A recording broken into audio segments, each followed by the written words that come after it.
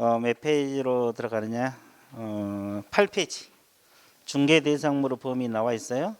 예, 중개 대상물 범위 들어갑니다. 중개 대상물 파트는 뭐 공부하면 의외로 쉬워요.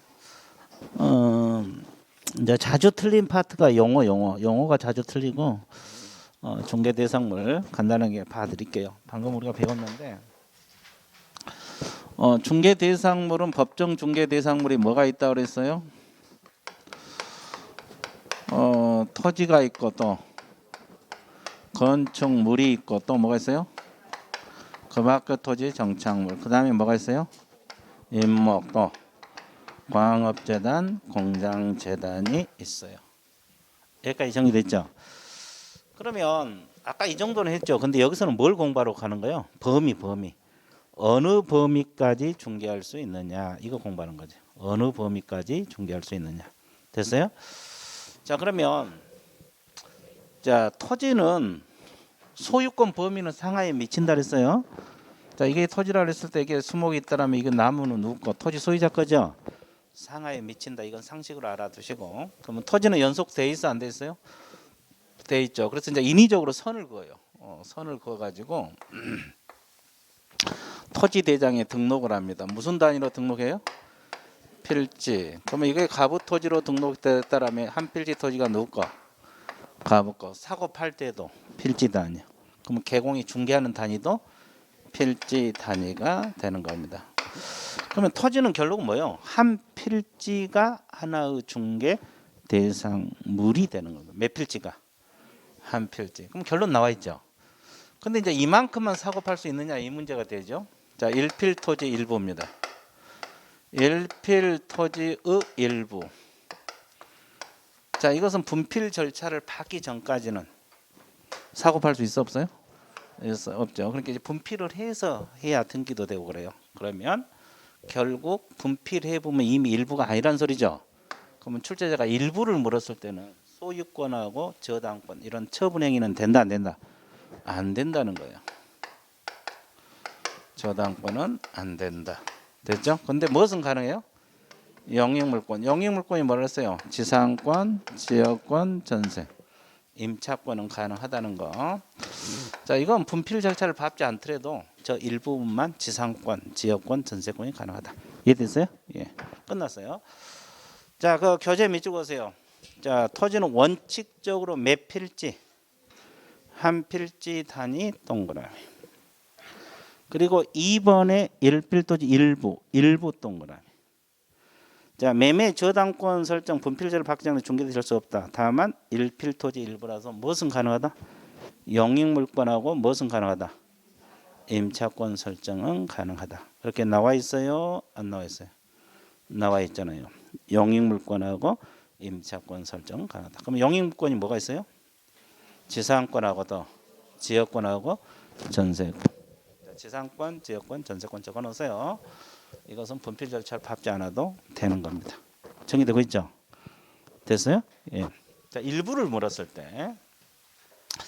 자, 그다음에 이제 건축물 들어갑니다. 우리가 건축물은 개념은 상식적으로 알고 있으라 그랬죠. 최소한 지붕하고 기둥 또는 벽. 이것이 이제 건축법상 개념이고 판례에는 지붕, 기둥 그리고 주벽을 갖춰야 된다. 이거죠. 자, 이걸 다 갖춰야지 이제 건축물로 봐요. 그럼 건축물로 보면 중개할 수 있다는 소리고 건축물로 보지 않으면 중개할 수 없다는 소리죠. 그래서 이제 최소한 지붕, 기둥, 벽은 갖춰야 된다. 그럼 이제 이걸 공부하면 돼요. 토지는 방금 한 필지가 하나 중개됐으면 이것은 건물은 일동 단위입니다. 이 말은 하나의 건물은 하나의 중개 대상물이 된다. 됐어요? 그럼 건축을 신축하면 건축 허가 받아야 돼, 안 받아야 돼? 그럼 허가 받지 않는 건물을 무허가 건물, 등기되지 않는 건물을 미등기 건물. 이것도 중개할 수 있어 없어요? 있어요. 근데 이제 아파트 분양권 있잖아요. 동호수가 지정된 분양권은 건물로 봐, 안 봐? 봐. 이걸 장래 건물로 봐버려요. 지금은 건축물이 아니지만 장래 건물이다. 그러니까 중개할 수 있어요. 근데 아파트 입주 예정자로 선정될 지위를 밝힌 데 불과한 단순 입주권들이 있죠. 이것은 건축물로 본다 안 본다? 중개할 수가 없다. 됐죠? 자, 그다음에 이제 토지하고 똑같은 문제가 발생하잖아요. 자, 일필 토지의 뭐가 있어요? 일부. 일필 토지의 뭐가 있어요? 여기도 일부를 물었잖아요. 그죠? 그럼 일필 토지의 일부 아까 했고, 여기는 또 일동 건물의 일부 이렇게 되죠. 그럼 건물의 일부는 어떻게 공부해야 돼요? 자, 구분 소유가 인정되지 않는 단독주택 방한가는 생각하면 돼요. 그럼 이 부분만큼 우리가 사고 팔 수가 있어 없어? 없어. 그러니까 이건 안 되고, 근데 전세하고 임대료는 내릴 수 있죠. 근데 이제 구분 소유가 인정된 아파트 연립주택 같은 거 있어 없어요? 있죠. 그러면 202호만큼 사고 팔 수 있어 없어요? 있죠. 매매도 중개하고 전세 임대 다 중개할 수 있어 없어? 있어요. 자, 그래서 일단 구분 소유가 인정되느냐 안 되냐 이걸 따라서 공부를 해 주시면 돼요. 됐죠? 자, 그다음에 이제 교재를 한번 보세요. 건축물은 원칙적으로 몇 동 단위? 1동 단위 동그라미. 그리고 이제 1동 건물의 일부는 원칙적으로 중개 대상을 될 수 없다 이 말은 소유권 객체가 안 된다. 1동 건물이 원칙적으로 안 된단 말은 소유권이 안 된다 이 말이에요. 됐어요? 근데 예적으로 일부라도 전세권하고 무엇은 가능하다? 임차권은 가능하다. 그렇게 나와 있고, 그다음에 집합건물 구분 소유가 인정되는 것들 말하죠. 아파트 연립 이것은 전유 부분이 독립하여 중개 대상물이 된다. 이 말은 거기다 옆에다 적으면 돼요. 소유권, 전세권, 임차권 다 가능해요. 집합건물은 소유권도 되고 전세권, 임차권 다 가능하다. 됐어요? 소유권, 전세권, 임차권 다 중개할 수가 있다. 정리되고 있죠? 그리고 이제 그 미등기 건물, 무허가 건물 밑줄 그으세요. 중개대상 될 수 있지만 이렇게 나와 있죠.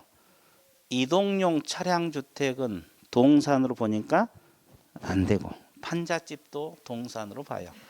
판잣집 개념이 잘 안 올 수 있는데 요즘 없으니까 거의 없잖아요. 그래서 이제 6.25 끝나고 이렇게 판자를 덕이덕이 덧대서 하는 집들이 있어요. 이것은 부동산 자체로 보지 않아요. 동산으로 봅니다. 그래서 안 되는 거예요. 됐어요? 자, 그 다음에 이제 건축물은 이 정도 정리하면 되고, 그 다음에 이제 뭐가 나왔어요? 그 밖에 토지의 정착물. 자, 그러면 그 밖의 토지 정착물이라는 뜻이 뭐예요? 건축물도 토지 정착물 맞죠? 근데 건축물은 별도로 공부를 했어 안 했어? 했죠. 그럼 그 밖이란 말은 건축물을 제한 나머지 정착물을 말합니다. 자, 이것은 토지 일부로서의 정착물이 있어요.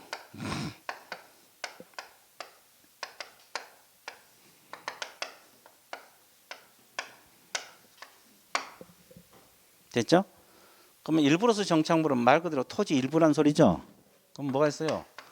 수목이랄지 교량이랄지 담장 이런 거 있어요? 그다음에 또 하나는 토지하고 별개의 독립부동산이라는 뜻이 있어요 없어요? 토지와는 별개의 독립부동산으로다.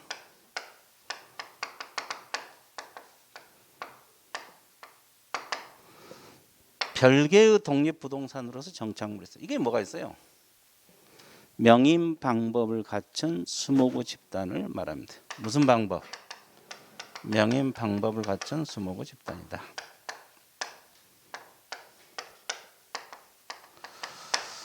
그러면 여기서 봐보세요. 같은 수목이라도 위에 것은 일부죠, 일부. 그러면 이제 예를 들어서 가부 토지에 수목이 있으면 이것은 아까 토지 소유권 상하에 미친다, 안 미친다? 그러면 이 수목은 누구 거? 각 거. 그럼 토지를 사고 팔았어요. 그럼 어느 토지가 되고 수목도 누구 거? 그럼 같이 움직여요, 따로 움직여요? 같이. 그럼 개공이 수목만 별도로 중개할 수 있겠어, 없겠어? 없어요. 그러니까 이제 이것은 독립해서 중개할 수 없다. 독립 중개 대상물이 안 된다. 줄여서 뭐라 그래요? X. 자, 독립 중개 대상물이 안 된다. 토지하고 같이는 되더라도 안 돼요. 정리되고 있죠? 근데 이제 밑에 명인 방법을 갖춘 수목이란 말은 어떤 걸 말해요? 이름 써놓는 거죠. 자, 그러면 가부 토지에 수목이 있는데 여기다가 이름을 써놨어. 홍길동. 그럼 이제 나무는 홍길동 거고 토지는 누구 거? 각각. 부동산 두 개가 된다는 소리죠. 그럼 이건 등기가 된 거예요? 이름 써놓는 거요? 이름 써놓는 거. 그러면 이 명인 방법을 갖춘 수목만 사고 팔 때 중개가 가능해요? 불가능해요? 가능하죠. 그죠? 근데 저당은 안 돼. 저당은 안 돼. 그래서 이제 공시가 명확하지 않기 때문에. 그래서 이제 이것은 독립 중개 대상물이 된다는 게 판례고, 근데 소유권만 되고 무엇은 안 된다? 저당권은 안 된다. 그것까지 알고 있어야 돼. 그럼 밑줄만 그으면 돼요. 자, 밑줄 볼게요. 일부로서 정착물은 토지와 분리하여 중개 대상물 될 수 없고 토지 함께 된다고 나와 있고, 그다음에 명인 방법을 갖춘 수목집단은 독립 중개 대상물로 본다고 행정 심판에서 나와 있죠. 근데 그 옆에 밑줄 보세요. 저당권 객체는 안 되고 오로지 어떤 것만? 소유권 객체만 된다. 나와 있어요? 예, 거기가 밑줄 그으세요. 자, 그다음에 그 밖에 대통령령이 정하는 재산권 및 뭐가 있어요? 물건이 있어요. 그 가장 대표적인 것이 먼저 나온 게 뭐예요? 임목, 광업재단, 공장재단이 나와 있어요. 자, 임목은 다 설명할게요. 기본서에서 뭐 배웠던 거 다 설명할 거예요. 봐보세요. 임목이 뭐예요? 임목. 나무인데 뭐 어떤 거? 등기. 자, 이건 일부로서 수목은 독립해서 안 되고 이름 써놓은 것은 명인 방법을 갖춘 수목의 집단은 행정심판이 된다 그랬죠? 아예 갑이 등기를 했어요. 자기 것이라고. 그러면 등기된 수목, 이걸 달리 표현해서 뭐라 그래요? 임목이란 말을 써요. 등기됐단 말이 들어가야 돼, 안 들어가야 돼? 등기됐단 말이 들어가야 돼요. 이걸 임목이라 그래요. 그러면 이건 무슨 객체가 돼요? 소유권도 되고 저당권도 돼요. 근데 아까 명인 방법은 뭐만 된다 그랬어요? 저당권은? 이건 등기가 돼 있기 때문에 저당권이 돼요. 원래 부동산은 저당권이 되는 게 맞아요. 됐죠? 자, 그럼 이제 칠판 봐보세요. 당첨되었습니다. 자, 놀랄 필요는 없고. 자, 이거 뭐예요, 이거? 네, 토지. 자, 일필지 토지라고 가정을 해봐. 그러면 이건 뭐요? 수목. 그러면 이 수목을 등기할 때 일필지 토지, 지금 여기 5그루잖아요. 필지 단위 수목만 등기가 될까? 일부 수목도 등기할 수 있을까? 일부 수목도 등기할 수 있고 필지 단위 수목도 등기할 수 있어요. 그리고 수종 제한은 받아 안 받아? 안 받아. 종류와 관계없이 다 등기 가능하다. 그러면 등기하러 갈 때 등기소로 가야 맞죠? 근데 먼저 어디다 들려요? 시군구에 들려야 돼요. 여기 등록 원부가 있어요. 이 시군구에 등록 원부가 있는데 여기에 등록된 수목만이 등기가 가능해요. 이해됐어요? 자, 여기에 등록되지 않는 수목은 등기가 된다, 안 된다? 안 된다. 됐어요? 자, 그러면 자, 저 임목만 별개 부동산으로 보고 있잖아요. 이것만 별개 부동산이고 별개 중개 대상물이 되는 거예요. 토지하고 별도로. 임목만 따로 중개할 수 있죠. 부동산이 되죠. 그래서 토지 소유권 처분 후 효력은 임목에 미쳐 안 미쳐? 안 미쳐요. 왜? 토지를 사고 팔아도 임목이 따라간다 안 따라간다? 별개 부동산이니까. 정리되고 있죠? 그럼 저당 설명 들어갈게요. 자, 임목만 저당을 잡을 수 있어요? 왜? 부동산이니까. 그러면 을로부터 돈을 1억을 빌렸었어요. 그러면 저당 잡기 전에 먼저 보험 들어야 했어요. 보험 들어야 돼, 안 들어야 돼? 들어야 돼. 자, 또 하나. 저당권을 설정했는데 임목이 벌채됐다고 가정을 해봐요. 그러면 저당권 효력은 벌채된 임목에 미쳐요, 안 미쳐요? 미쳐. 먼저 미쳐. 안 미치면 또 저당권의 효력이 없어요, 그러잖아요. 됐죠? 근데 이제 벌채가 안 됐는데 이 사람이 돈을 안 갚아. 그러면 자기 채권 확보하기 위해서 경매 신청할 수 있어, 없어? 누가 경락을 받았어요? 병이. 그러면 병의 임목에 토지는 그대로 누구 거예요? 가복 거. 그러면 병은 나무 토지를 사용할 수 있는 권리를 취득해야 되잖아요. 그럼 지상권을 설정해야 되거든요. 근데 설정해주지 않으면 이 임목을 다 벌채하고 땅 돌려달라. 갑이 이렇게 주장할 수도 있겠죠. 그래서 그걸 방지하기 위해서 지상권이 설정된 것으로 봐, 안 봐? 이걸 무슨 지상권? 자, 이 법정지상권은 주로 건축물에서 나오는데 임목에 대해서도 법정지상권이 있어요. 임목에 관한 법률. 그래서 이렇게 동일 소유자였다가 경매 등으로 소유자가 달라졌을 때 인정되는 권리가 법정지상권이 되는 겁니다. 여기까지 이해됐어요? 여기까지 이해됐어 안 됐어? 됐어요. 정리되고 있죠? 자, 그리고 이제 이게 저당 잡기 전에 보험도 들어야 돼. 자, 그럼 하나만 더 하면 끝나요. 자, 칠판 봐봐. 지금 임목이란 것은 토지 위에 서 있죠. 나무가 있잖아요. 그러면 개공 입장에서는 이 수목이 그냥 일부로서 수목인지 임목인지 확인할 수 있어야 돼, 없어야 돼? 왜? 일부러 수목은 독립해서 중개 안 되고 임목은 독립 중개되니까. 그죠? 그러면 토지는 토지 등기부가 있어요, 없어요? 토지 등기부를 통해서 이 수목이 임목인지 확인 가능해요? 가능합니다. 토지 등기부 표제부에 임목 등기 번호가 나온다 그랬죠. 그러니까 저 수목이 임목인지 토지 등기부로 확인할 수 있어요. 근데 생각해 보세요. 표제부에는 구체적인 권리 관계가 안 나오잖아요. 그럼 임목 소유자가 누구인지, 이 임목 소유자가 누구인지, 임목이 저당 잡혀 있는지는 안 되죠. 그러면 뭘 떼어봐야 돼? 임목 등기부가 따로 있어요. 별개 부동산이니까. 임목 등기부를 통해서 확인해. 토지 등기부도 아니에요. 임목 등기부 갑구에는 뭐가 나와요? 소유권, 소유자가 나오겠죠? 을구에는 저당권, 다른 권리는 안 되니까 저당권 관련 사항이 나오겠죠. 자, 그래서 구체적인 권리 관계는 등기부를 열람해라. 됐어요? 토지 등기 표제부로도 가능해요. 자, 그럼 몇 쪽 가드릴게요. 자, 임목의의는 소유권 보존 등기를 갖춘 수목의 집단을 말한다. 보존 등기 동그라미. 등기가 돼야만이 임목이 되는 거고. 자, 권리격지 소유권하고 저당권 다 된다고 했죠. 그리고 이제 효력, 토지 소유권 지상권 처분은 효력은 임목에 미치지 않아요. 왜? 별개 부동산이니까. 그 다음에 임목을 저당권으로 목적으로 하는 자 보험에 붙여야 돼, 안 붙여야 돼? 붙여야 돼. 먼저. 그렇죠? 붙여. 됐어요? 자, 그 다음에 저당권 효력은 벌채된 임목에 미쳐 안 미쳐? 미쳐. 그리고 법정지상권이 인정이 된다고 했죠? 그리고 이제 공시는 토지 등기 표제부 동그라미 있어요. 토지 등기부 몇 줄? 이 임목 등기부가 아니라 토지 등기 표제부에 임목 등기 번호가 나온다 그랬죠? 임목인지 확인은 토지 등기부를 통해서 확인할 수 있어요.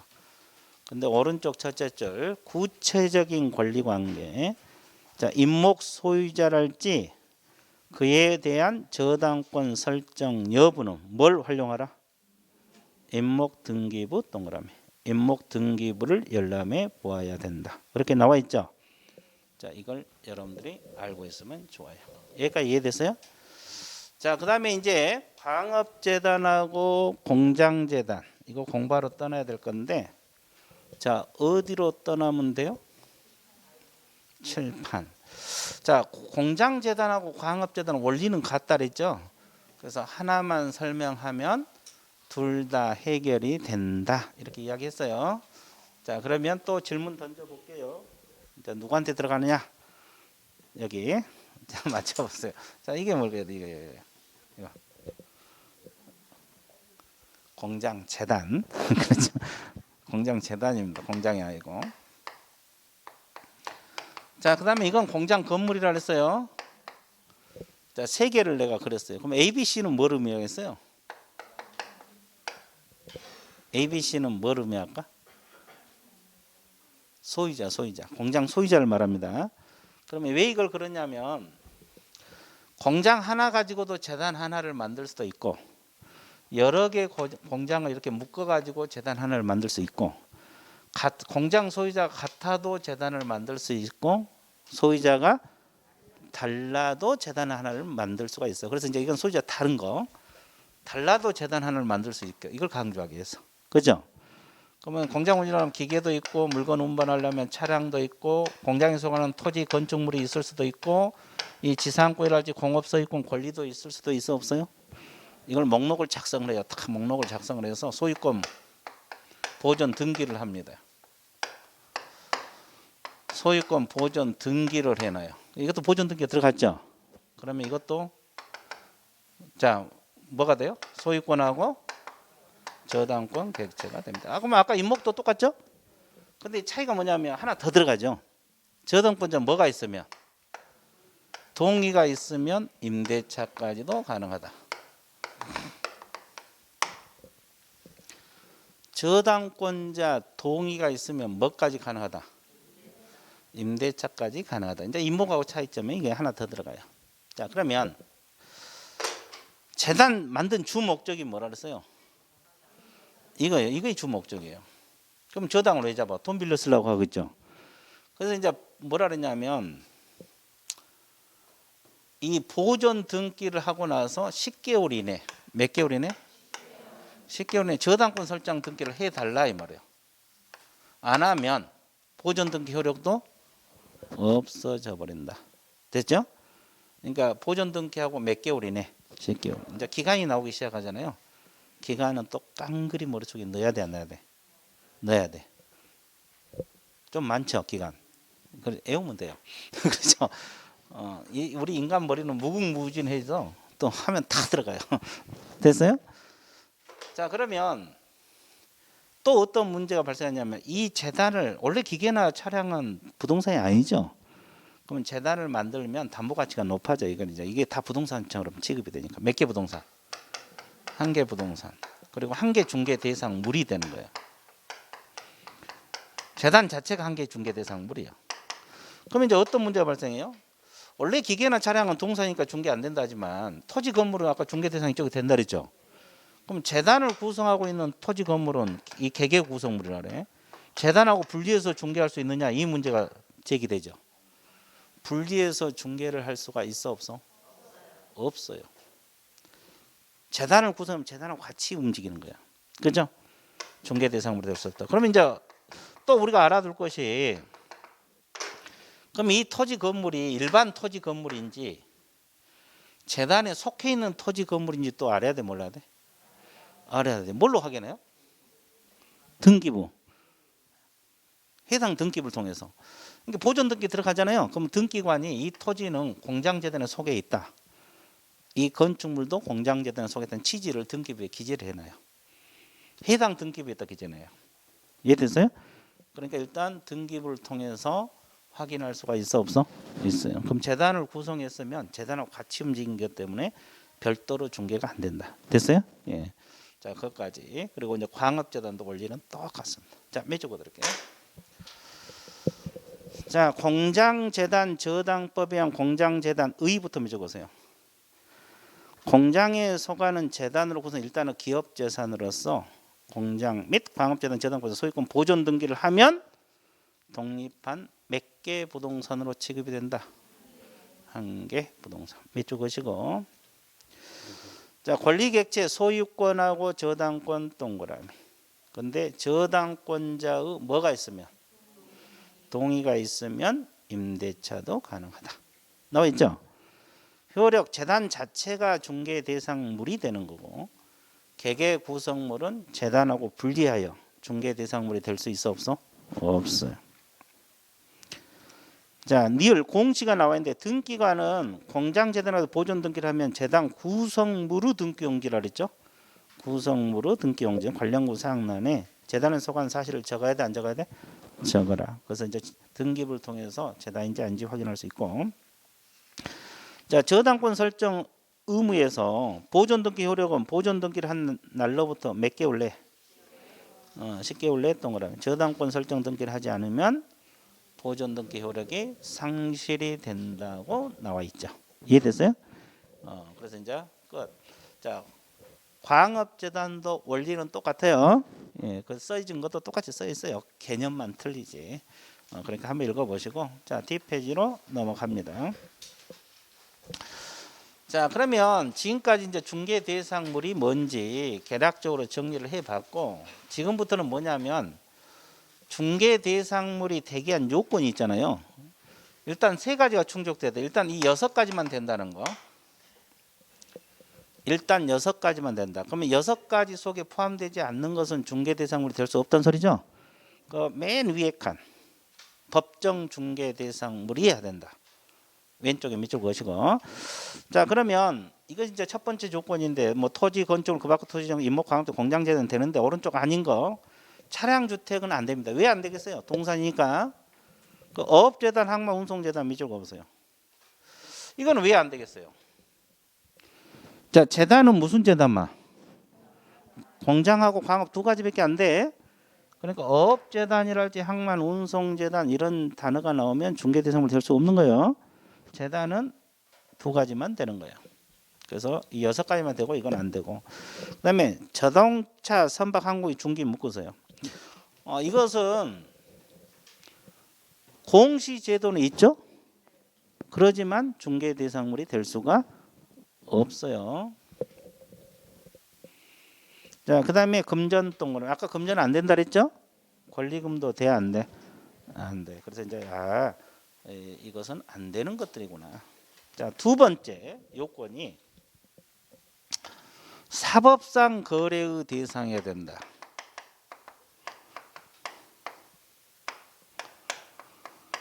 이 말은 개인 것이어야 된다 이 말이고.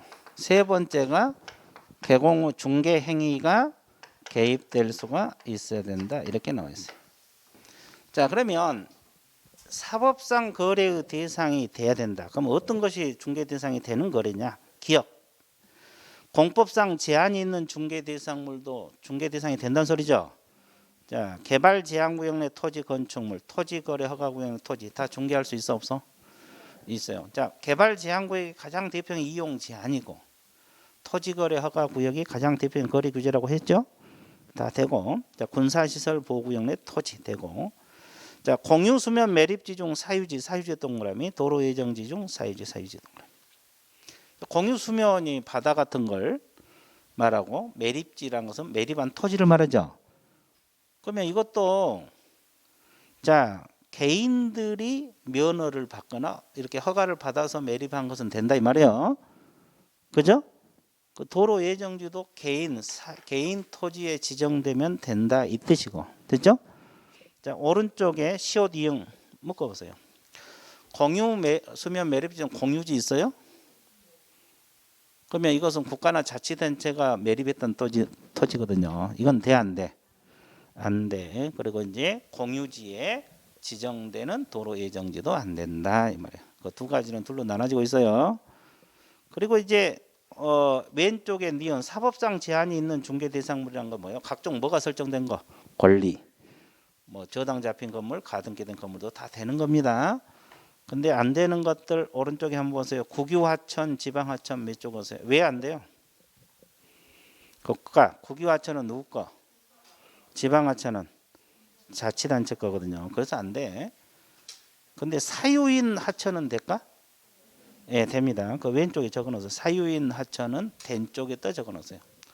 사유인 하천. 개인들이 낸 하천. 국유하천하고 지방하천은 안 돼. 사유인 하천은 되고 포락지 안 됩니다. 오른쪽에. 미채굴 광물 무주토지는 왜 안 된다 그랬어요? 국가 거. 그래서 안 돼요. 바닷가도 마찬가지죠. 안 되고 공도 공원 안 됩니다.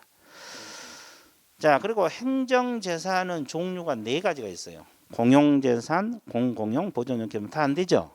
그럼 대표적인 거 하나씩만 적을래요? 공용재산은 시청 청사라고 적어봐요. 안 돼. 자, 시청 청사 안 돼.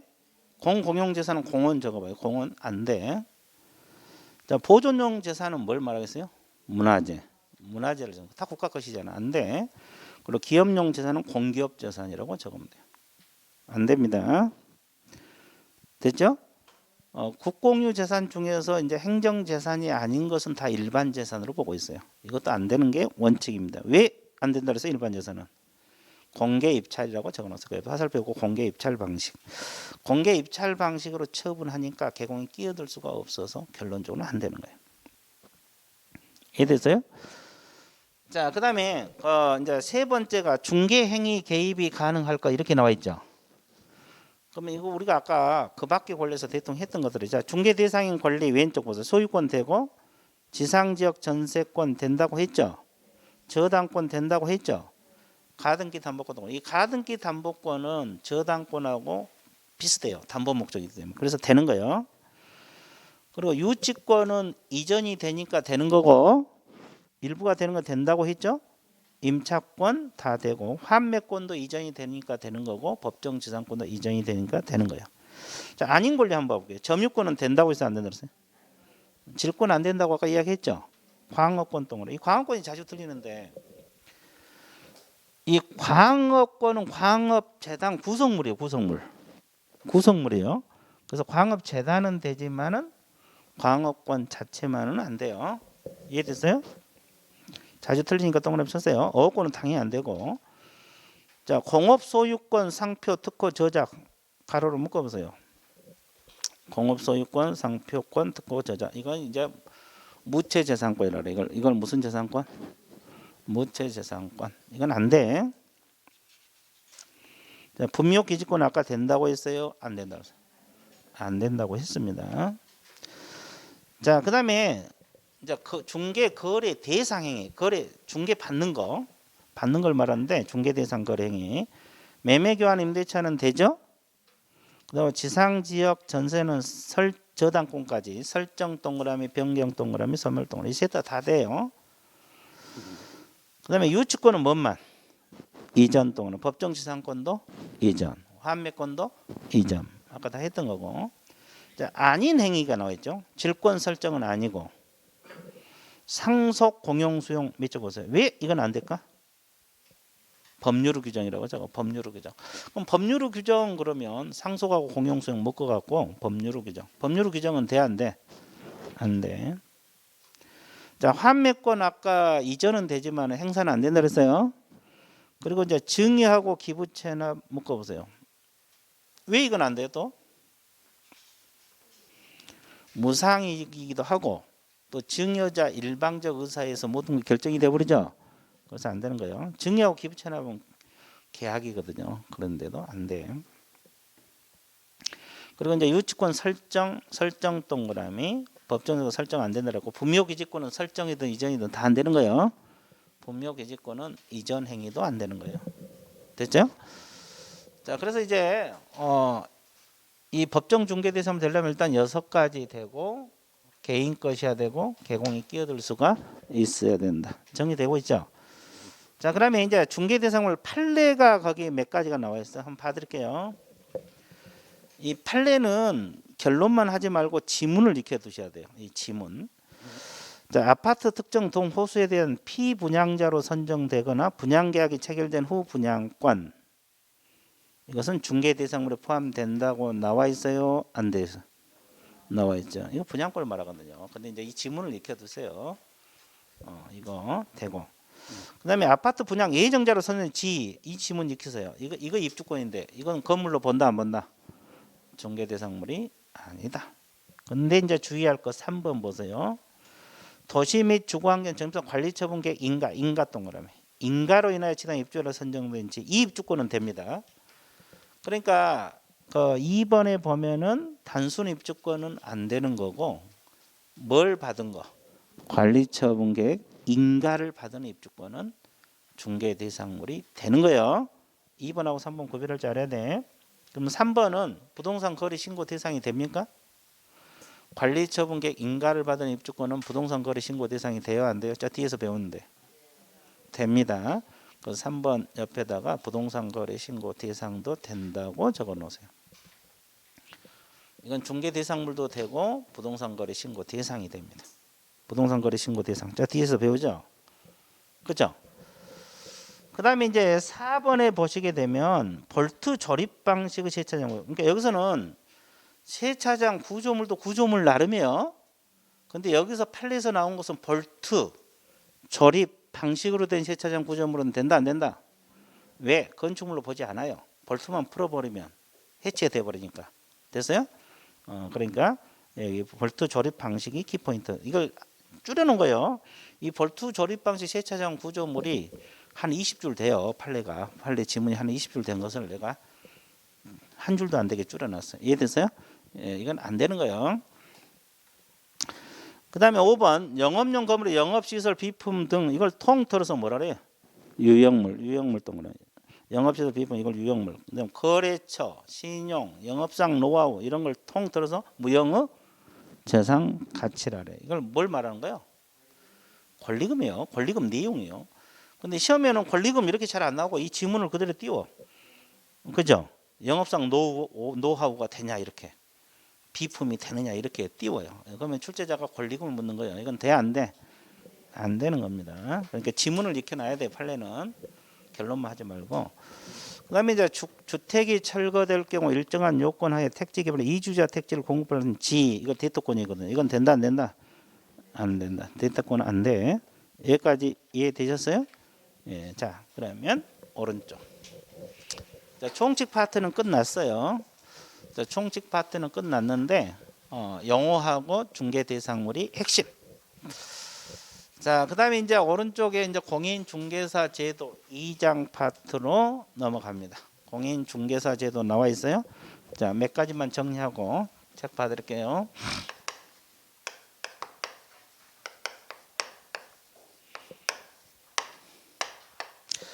가장 먼저 알아둘 것이 시험 시행 기관 장을 알아야 돼요. 여기서 시험 시행은 무슨 시험을 말해요? 공인중개사 시험을 말합니다. 시험 시행 기관장 원칙은 누구? 시도지사요. 국장이 아닙니다. 원칙은 특별시장, 광역시장, 도지사. 이걸 줄여서 시도지사. 이거 시도지사를 뜻이는 특별시장, 광역시장을 말해요. 근데 예외적으로 국장이 시험을 시행할 수도 있어 없어? 왜 국장이 시행할 수 있어요?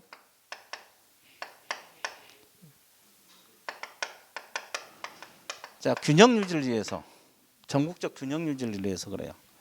그럼 예를 생각해보세요. 시도별로 시행하면 서울시 따로, 경기도 따로 시험 문제, 출제 방식, 난이도 다 달라질 수도 있어 없어?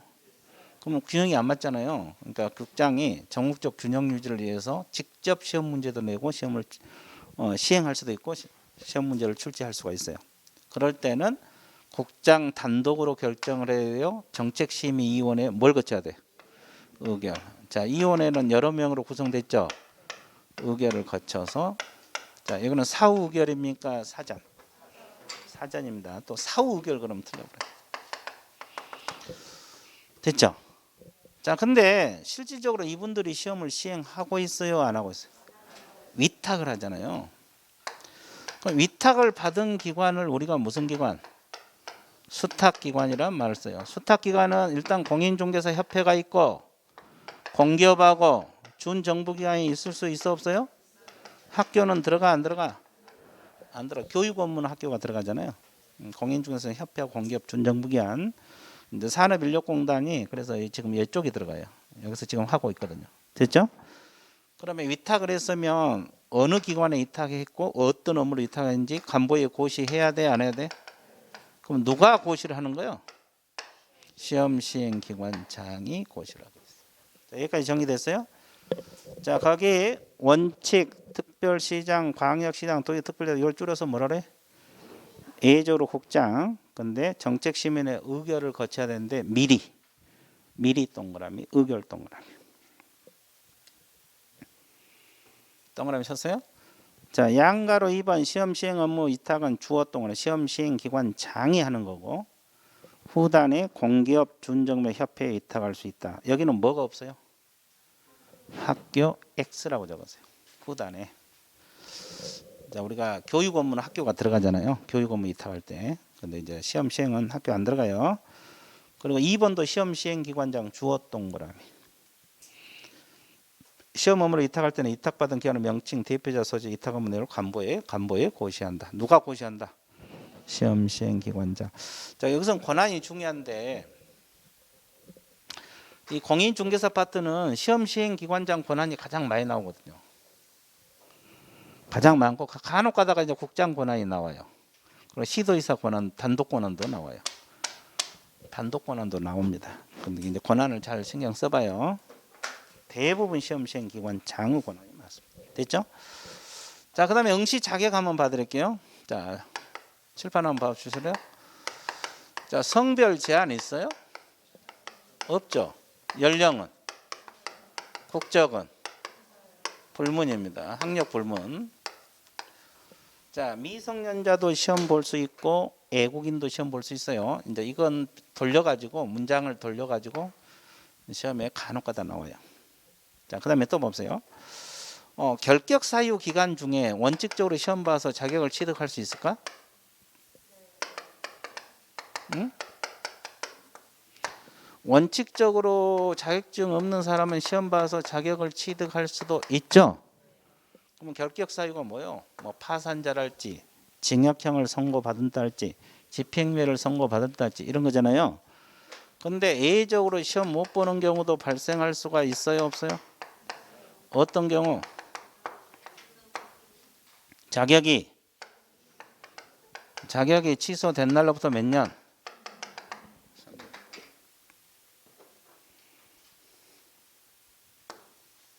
이해됐어요?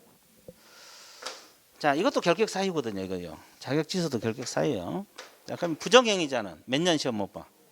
5년. 그럼 차이가 뭐예요? 자격 취소하고 차이. 응? 차이가 뭐예요? 시험 못 보는 건 똑같은데 탕충. 응. 그렇지. 이것은 중개업을 못해요. 보조원으로 종사할 수가 없어요. 중개보조는 자격증 없어도 되잖아요. 근데 보조원도 못해요. 왜? 결격사유니까. 근데 부정행위자는 중개보조원으로 종사할 수 있다 없다? 있다. 그러면 여기서 이제 딱 생각나는 게 없어요? 이걸 보는 순간 뭐 떠오른 게 없냐고. 당첨. 떠오르는 거 없어요. 그렇죠? 이게 떠오르지 않아요? 컨닝해도 괜찮다. 왜? 5년간 보조원 하다가 그죠? 시험 보면 되니까 뭐 이런 거. 결국 떠오르는 것은 컨닝을 두려워하지 말자 뭐 이런 거. 그렇죠? 그렇죠? 그러잖아요. 컨닝을 두려워하지 말자 뭐 이런 거 아닌데. 자, 그래서 이거 알고 있어야 돼. 자, 그럼 밑줄 볼게요. 자, 성별, 학력, 국적, 연령 제한이 없다. 즉 국적하고 연령 동그라미 쳐서요. 그리고 이제 자격이 취소되면 몇 년 시험 못 본다 그랬어요. 그 옆에다 적어. 중개보조원 X. 자, 자격 취소 3년은 중개보조원도 갈 수가 없는 거예요. 시험도 못 보고 3년간. 자, 니은 부정행위자는 몇 년? 근데 중개보조원 5라고 적었어요. 이건 중개보조원 갈 수 있어요. 이게 중요해요. 그다음에 3번 자 결격사유 기간 뭐 제한능력자랄지 파산자 수용자 중에도 원칙적 시험 응시가 가능하다. 원칙적으로 합격하면 자격증 나와요. 됐죠? 그 다음에 이제 시험 시기 여기는 교재를 바로 보세요. 시험은 매년 1회 이상했다 동그라미 있어요. 1회는 뭐 다 알고 있잖아요. 이상. 연기 1년에 2번 볼 수 있다는 소리고 또 반대로 시험 시행기관장은 시험을 시행하기 어려운 부득이한 사정에서는 정책심의위원회 뭘 거쳐서 의결 동그라미 당해연대 시험을 시행하지 아니할 수 있다. 그러면 2년에 한 번씩 시험 볼 수 있다는 소리죠. 그럴 때는 시험 시행기관장이 단독으로 결정해요. 정책심의위원회 의결을 거쳐서. 여기는 심의가 아니라 의결. 의결 지금 두 군데 나왔죠. 네, 자, 그 다음에 시험 일부 면제 1차 시험에 합격하는 다음 해 동그라미. 다음 해가 뭐예요? 다음 번. 다음 연도가 될 수도 있고 다음 연도가 안 될 수도 있어요. 다음번에 1차 시험을 면제한다.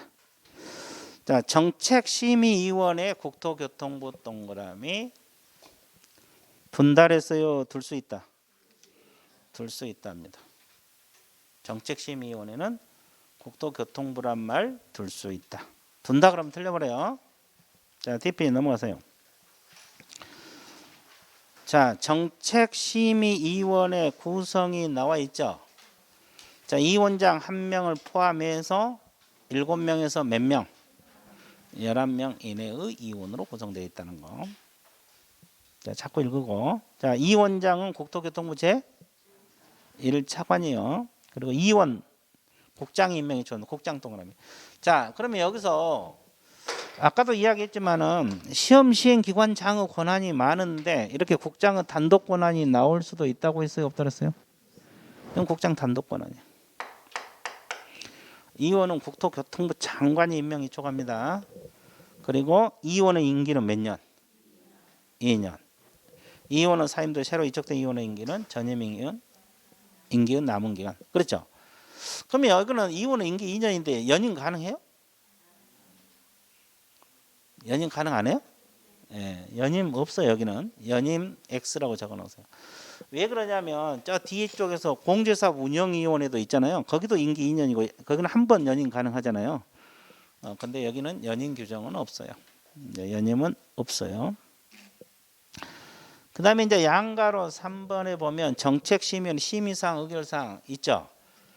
그러면 심의사항은 4가지가 있어요. 자, 공인중개사 시험 등 자격 취득에 관한 사항, 부동산 중개부 육성, 중개보수 변경, 손해배상 책임 보장 몇 가지 있어요? 4가지 심의사항입니다. 근데 심의란 건 원래 구속력이 없죠. 근데 1번 시험 등 자격 취득에 관한 사항을 정할 때는 시도의사는 이에 따라야 돼 안 따라야 돼? 그럼 여기서 구속력이 있고 즉 시도의사 따라야 되는 것은 몇 번만? 1번만. 그러면 2번, 3번, 4번 시도의사 따라야 된다는 규정이 없어요. 이것도 시험에 자주 나와요. 부동산 중개부를 육성할 때 심의했을 때 시도에 따라야 한다. 이 지문은 틀려요. 그래서 심의사항 4가지 머릿속에 넣어 주셔야 되고 심의사항 몇 가지? 심의사항 몇 가지? 4가지 머릿속에 넣어야 되고 그 중에서 구속력이 있는 것은 자격 취득에 관한 사항만 그렇다. 이렇게 머릿속에 넣어요. 그 다음에 의결사항. 의결사항은 여러분 교재 아까도 나왔지만 흩어져 있는 걸 내가 모아놓은 거예요. 우리가 막 흩어져 있는 것을 내가 모아서 그것도 정리해 놓은 거라고. 그래서 이제 아까 한번 나왔죠. 국장이 시험을 시행할 때는 정책심의원은 뭘 거쳐서? 의결 나왔잖아요. 1번. 그 다음에 2번은 조금 이따 배울 건데 우리가 이제 제적 기피 회피제도 있잖아요. 저 사람은 심의 의결에 참가하면 안 돼. 그리고 기피 신청할 수 있거든요. 그러면 심의위원회 의결로서 결정합니다. 의결로서 결정해요. 이것도 의결사항. 그 다음에 심의위원회 운영도 이제 좀 이따 나올 거예요. 심의위원회 운영에 관한 사항을 정할 때도 심의위원회 뭐다? 의결을 거쳐서 하게 돼 있고. 그 다음에 4번은 방금 나왔죠. 당해연도에 시험을 시행하지 아니할 때 2년에 한 번씩 할 때는 단독으로 한다 그랬어요. 심의위원회 의결. 이거. 그러니까 1번하고 4번은 방금 배운 거고. 자, 그 다음에 5번은 뭐냐면 최소 선발 인원 비율을 미리 공고했다. 그럼 이게 뭐냐면 올해 10,000명만 뽑겠다고 미리 공고 나올 수가 있어 없어요? 있죠. 이때는 상대평가로 전환이 됩니다. 이때는 심의위원회 뭘 거쳐서? 의결을 거쳐서 합니다. 그러니까 시험 시간 단독으로 결정 못해요. 심의위원회 의결. 그러면 심의사항이 몇 가지가 있어요? 아니 심의사항 4가지. 의결사항. 이걸 비교해서 공부를 해 주세요. 비교를 해서 공부하셔야 돼요. 심의사항하고 의결사항. 심의사항하고 의결사항. 그래서 이제 여러분들 교재는 흩어져 있는 것을 내가 의결사항은 거기다 모아서 정리를 해 놓은 겁니다. 요약집에다는. 그래서 이제 모아 놨으니까 자꾸 봐가지고 머릿속에 넣어 주시면 되겠습니다. 정리되고 있죠? 그 다음에 이제 양가로 4번 정책심의위원회 운영을 보세요. 정책심의위원회 운영, 이 원장의 업무들이 있어요. 자, 기억. 심의위원회를 대표하고 업무를 총괄한다. 이건 당연하고. 자, D지문이 중요하죠. 이 원장이 부득이한 사유로 직무를 수행할 수 없을 때는 이 원장이 미리 지명한 이원이 이 원장 직무를 대행한다. 자, 여기서는 부위원장이 이 원장 직무를 대행한다. 그럼 맞아요, 틀려요? 왜? 여기는 부위원장이 없어요. 그러니까 위원장이 지명한 위원이 이 원장 직무를 대행하도록 규정이 돼 있어요. 작년에 이게 나왔죠. 부위원장이 대행한다. 이렇게 출제됐거든요. 틀려요. 그럼 부위원장이 대행한 건 어디서 나와요? 공제사업 운영위원회. 자, 우리가 협회에서 운영위원회 저 뒤쪽에서 배우잖아요. 거기서 나오지. 정책심의위원회에서는 부위원장이 없기 때문에 이 원장이 지명한 위원이 이 원장 직무를 대행합니다. 이거 시험에 자주 나오고. 그다음에 이 원장은 회의를 소집하고 의장이 된다 했는데 회의를 소집하는 개최 며칠 전까지 7일 전 몇 적었어요. 일시 장소 안건을 통지를 해줘야 돼요. 자, 개최 며칠 전 통보. 그런데 예외적으로 긴급하게 개최하거나 부득이한 사유가 있을 수가 있어 없어요? 그럼 언제까지? 개최 전날 동그라미. 개최 전날까지 통지. 자, 원래는 며칠 전? 7일 전. 근데 부득이한 사유가 있거나 긴급하면 개최 전날까지. 이해됐어요? 자, 심의위원회 회의 제적 과반수 출석으로 개의하고 출석위원 과반수 찬성. 자, 제적위원 몇 줄 개의 동그라미. 출석위원 몇 줄 의결 동그라미. 둘 다 과반수입니다. 제적위원 과반수 출석으로 개의하고 출석위원 과반수 찬성 의결. 됐어요? 자, 개의는 제적위원, 의결은 출석위원. 둘 다 과반수입니다. 자, 심의위원회 심의위원회 사무처로 간사를 한 명 두죠. 그럼 간사는 누가 지명한다 그랬어요? 이원장 동그라미.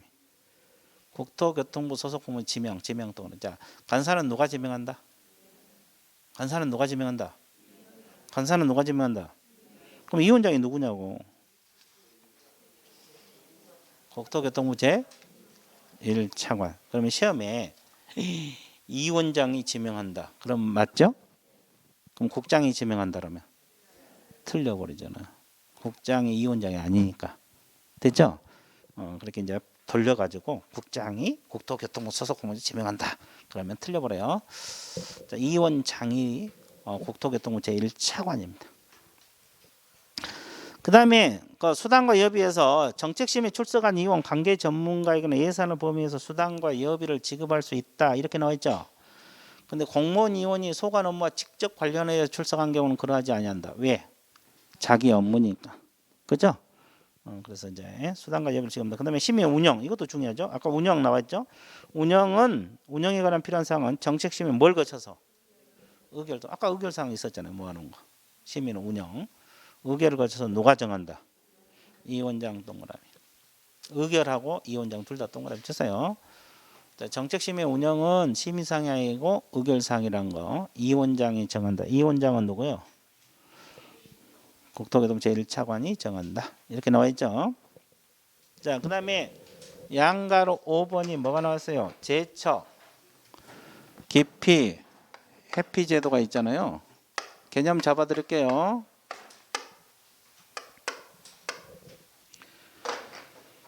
제척이란 말은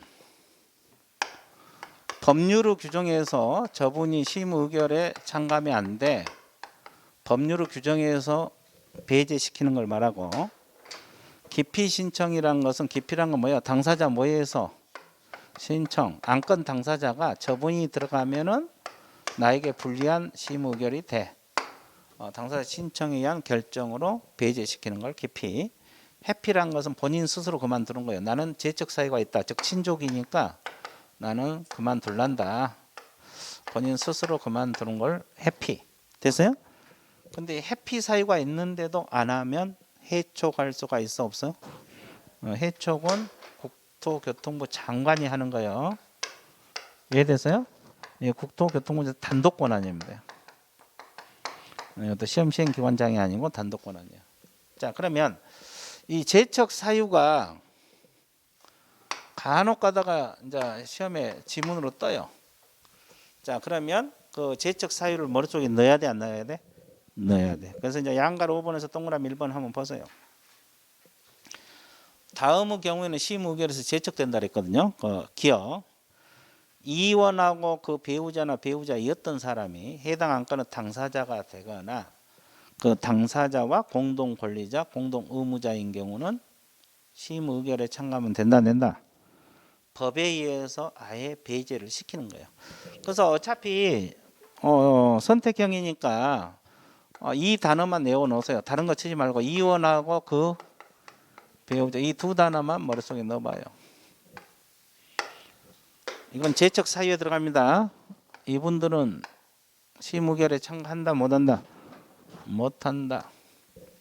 됐어요? 제척 사유. 자, 니은 이원이 해당 안건은 당사자와 친족이거나 친족이었던 경우 있어 없어요? 친족 동그라미.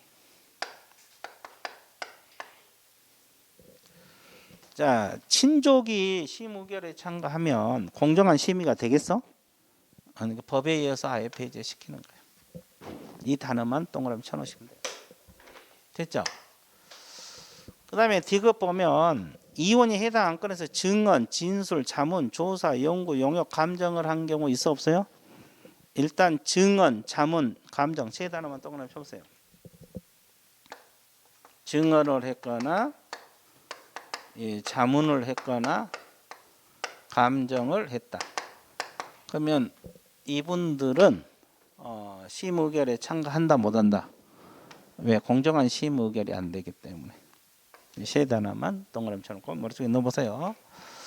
그 다음에 네 번째, 이원이나 이원이 속한 법인 단체 등이 해당 안건 당사의 대리인이거나 대리인이었던 경우, 대리인 동그라미, 대리인 동그라미.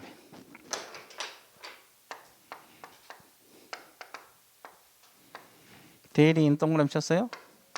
어떻게? 진하게. 자, 이런 단어가 들어가면은 공정한 심의 의결이 어렵죠. 그건 제적 사유. 이런 단어를 머릿속에 익히세요. 이원하고 배우자, 그 다음에 친조, 그 다음에 증언, 자문, 감정, 그리고 대리인. 이런 단어가 들어가면은 제적 사유. 그러면 심의 의결에서 배제시킨다. 법에 의해서. 됐어요? 자, 그 다음에 깊이 한번 봐볼게요. 2번. 해당 안건 당사는 이원에게 공정심의 의결을 기대하기 어려운 사정에서 심의위원회 무슨 신청할 수 있어요? 깊이 신청. 저분이 심의 의결에 참가하면 나에게 불리한 안건이 돼. 불리해. 그러니까 저분 빼달라고 깊이 신청할 수 있어요. 그러면 심의위원회 뭘로 결정한다? 의결동으로. 이것도 의결사항 중에 하나잖아요. 그죠? 그럼 깊이 신청 대상위원회는 의결에 참가하지 못한다. 그렇게 나와 있고. 자, 일단은 의결로 결정한다는 거. 자, 3번. 이원 본인이 스스로 적어서요. 본인이 나는 친족이니까 안 돼. 양심상 스스로 본인 스스로 그만두는 것을 해피라 그래요. 먼피. 본인 스스로 그만두는 것을 해피. 그 다음에 국장 동그라미 4번 국장 단독 권한입니다. 이건 시험 시행 기관 장의 권한이 아니에요. 국장은 이원이 제척 사유 어느 하나에 해당한데도 불구하고 회피하지 않았죠? 그러면 해촉할 수 누가 해촉할 수 있다? 국장이 그만두게 할 수 있다 이 말이야. 그래서 이제 국장 단독 권한이 지금 나왔죠? 해촉도 국장 단독 권한입니다. 됐죠? 그리고 아까 거기 정책심의위원회 이원도 국장이 임명 요청한다. 이것도 국장 단독 권한. 근데 이 파트는 시험 시행 기관 장 권한들이 되게 많거든요. 근데 간혹가다 이렇게 국장 단독 권한, 시도의사 단독 권한이 나올 수가 있어요. 그래서 좀 신경 써주세요. 자, 여기까지 우리가 정책심의위원회까지 열심히 하다 보니까 또 1시간이 흘렀어요, 안 흘렀어요? 그럼 이걸 기념해서 어떻게 해야 돼? 쉬어야 돼. 좋대. 좋았어요. 그래서 쉬어야지. 휴식 갔다가 들어갈게요.